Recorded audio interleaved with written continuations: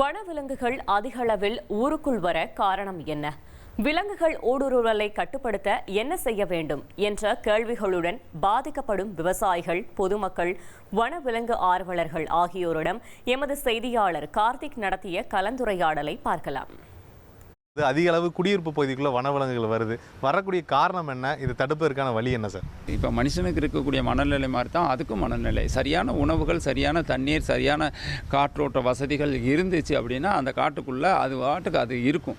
இதையெல்லாம் மனிதர்களாகிய நாம் அதை அழிக்கிறதுக்கு முயற்சி பண்ணும்போது, அழிக்கிறதுன்னு நான் சொல்லலை, நம்மளுடைய தேவைகளை பெருக்கிக்கிறதுக்காக ஒவ்வொரு கட்டடங்களும் ஒவ்வொரு இடத்துலையும் காடுகளை நம்ம அழிக்கிறது, மரங்களை வெட்டுறது, இந்த மாதிரி பல விஷயங்கள் செய்கிறதுனால கண்டிப்பாக அந்த வனவிலங்குகள் ஊருக்குள்ளே வருவதற்கு 100% காரணங்கள், சந்தர்ப்பங்கள் இருக்குது. அதேமாதிரி சார், அவங்களுடைய அந்த வலசை பாதைகள்னு சொல்லக்கூடிய அந்த வனப்பகுதிகளை அழிக்கிறது, குடியிருப்பை வனத்தை ஒட்டி கட்டுறது ஒரு காரணம் இருக்க வாய்ப்பு இருக்கா? ஆமாம், கண்டிப்பாக. அப்படி இறங்கி வரும்போது கண்ணில் கண்ட இப்போ தண்ணி குடிக்க வருதுன்னா தண்ணி குடிச்சிக்கிட்டே இருக்கும்போது வாழையை பார்க்கும்போது வேணும்னு அழிக்கும். மனுஷர்கள் இருந்தால் மனுஷர்கள் நம்மளை கொல்ல பார்க்குறாங்க, இல்லை நம்மளை தாக்க பார்க்குறாங்க, அட்டாக் பண்ணுறாங்க அப்படின்னு நினச்சிட்டு அவங்கள அழிக்கிறதுக்கு அது முயற்சி பண்ணும். அப்போ அந்த கோபத்தை தணிப்பதற்கு நம்ம சில விஷயங்கள் எல்லாம் செஞ்சு வைக்கணும். அவங்களுக்கு தேவையான விஷயங்களை நம்ம அந்த வனவிலங்குகளுக்கு ஏற்படுத்தி கொடுத்துட்டோம்னா காட்டுக்குள்ளே அது ஒருபோதும் கீழே இறங்கி வரவே வராது. யானை வந்துட்டு இருக்குது, எப்போ ஒரு பெரிய உருவம் கண்டுபிடிச்சிக்கலாம். இப்போ புதர் மண்டி கிடக்குதுங்க, எல்லா பள்ளத்துலேயுமே தூர் வாரில். நம்ம வெளிப்படுத்தினா பார்த்தீங்கன்னா பண்ணிங்கிறத 20 கிலோ 30 கிலோங்க, 150லேருந்து 250 கிலோ மட்டும் வெயிட் உள்ளதாக இருக்குது.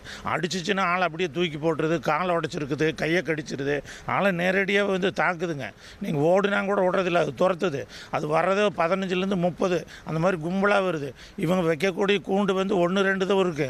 அது நம்ம புத்திசாலித்தனமாக வேலை நடத்திக்கிட்டு இருக்குது. இந்த கூண்டு வச்சு பண்ணுறதெல்லாம் இப்போதைக்கு சாத்தியப்படாது.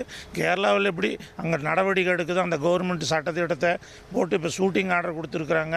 அது இங்கே ஒரு 2 டைமாவது மாதத்துக்கு ஒருக்கா வேறு ஃபாரஸ்ட்டில் டிபார்ட்மெண்ட்டில் இருக்கிறவங்களும் கூட கோயம்புத்தூர் பகுதிக்கு வர வச்சு தமிழ்நாடு கவர்மெண்ட்டு அந்த ஷூட்டிங் கரெக்டான முறையில் நடத்துனாங்கன்னா ஓரளவுக்கு பெரிய சைஸுக்கிறதெல்லாம் குறைச்சிடலாம். பெரிய நஷ்ட துயரம் சொல்ல முடியாத அளவில் இருக்குது. இதை விரைவாக அரசாங்கம் புரிந்து கொண்டு, அதிகாரி புரிந்து கொண்டு, விவசாயிகளையும் பொதுமக்களையும் காக்கறதுக்குண்டான நடவடிக்கை எடுத்தாங்கன்னா அது ரொம்ப சிறப்பாக இருக்கும். ஒரு காலகட்டத்தில் மலையொட்டி இருந்த யானைகள் இன்று காட்டை தாண்டி குடியிருப்பு பகுதிக்குள் வருவது பொதுமக்கள் மற்றும் விவசாயிகள் மத்தியில் பெரும் அச்சத்தை ஏற்படுத்துகிறது. அது மட்டுமல்ல, இதை பொறுத்த வரைக்கும் அதிகப்படியான யானையின் எண்ணிக்கை நாளுக்கு நாள் அதிகரித்து கொண்டே வருகிறது.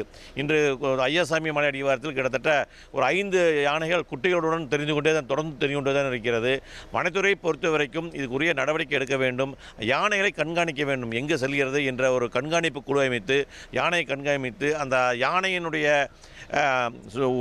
நூறுப்புத்தன்மைக்கு ஏற்ப அது நடவடிக்கையை மேற்கொள்ள வேண்டும். வனத்துறை பொறுத்த வரைக்கும் இங்கிருந்து அங்கே வெட்டி விடாமல், ஏனால் ஒரு பக்கம் இருந்து ஒரு பக்கம் வெட்டி விட்டால் சேதங்கள் அதிகமாக கொண்டு தான் போகுமே தவிர நிரந்தர தீர்வாக மலையை விட்டு வெளியே வராத அளவுக்கு அகலைகள் அமைப்பதும், அகலையொட்டி பினிஷிங் அமைப்பதும், மலையொட்டிய பகுதிகளிலே ரோந்து வாகனங்கள் செல்வதற்கும், அதுக்கு தேவையான உணவுகளை மலைப்பகுதியிலே அதே மாதிரி ஊற்றுக்கள் நீர் தேவைக்காக மலைக்குள் இருக்கும் ஊற்றுக்களை தூர்வாரி மலைக்குள்ளேயே வைத்துக் கொள்ள உண்டான வழிவகைகளை வனத்துறை மேற்கொள்ள வேண்டும். அப்பொழுதுதான் யானைகள் வனத்தை விட்டு வெளிவராமல் இருக்கும்.